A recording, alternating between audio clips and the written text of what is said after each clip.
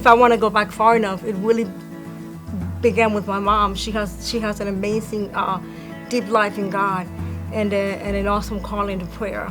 And so ever since I can remember, prayer's been part of my life. Yeah, Natasha and Monica were praying for me when I committed my whole life to God. Actually, Natasha was in bed, and I woke her up and I said, we need to give our life to God. Well, she'd already given her life to God. But so I said, I need you to pray with me. And we got down on our knees and I prayed. I felt the light of God shine on me. And when the light shined, I was able to see the darkness around me. I knew that God was real, and I knew that God was, that He was powerful, but I didn't know He cared about me. What happened is I was a worship leader for 12 years at the Father's house, and somewhere in that 12 years, in the late 90s, Natasha and I experienced the move of God in worship.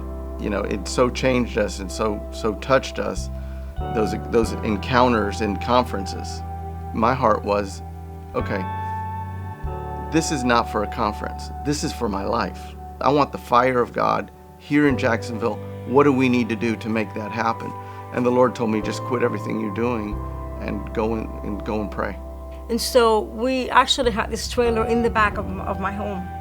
And we met there for 7 years on Thursday nights. We had a double wide trailer in the back of the house, which was a ministry trailer, which was a recording trailer. I had recorded 3 CDs there.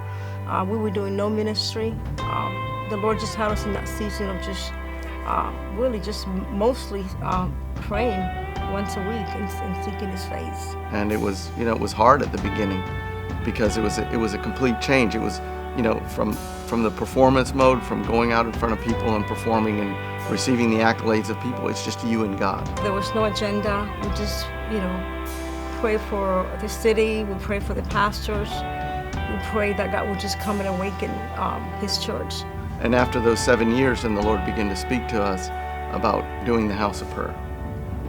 I was a CFO of community hospice, working 40 to 50 hours a week. I had my car business, who I was running, and I had the IHOP. And at some point, I'm not exactly sure what the dates are, but a group of people from our city and different churches, maybe like 20 of us, we actually went to Kansas City, and then seeing, what the Lord was doing there, I just had this burden, and my heart just exploded, really with the vision of 24/7. I saw people in the prayer movement and how much they had given of their life to God. I saw a guy who was a dentist, who had a dental business and all that, give that up for God. And I was like, God, I can't do that. I love my life. I just told Natasha, we're leaving the conference, because I was completely blown away by the commitment, and I saw what it would take. Well, little did I know that a week later I'd be laying in a bed at Mayo Hospital, and the guy's looking at me like, you're not going to survive this. Somewhere in that stress and the strain and all that, I had a stroke. I actually had a dissection of my carotid artery.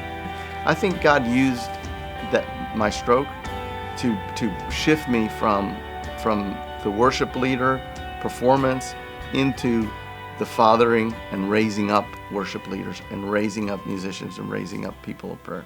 Intimacy is so critical to getting the heart of God and to getting His heart to then be able to pray from that place.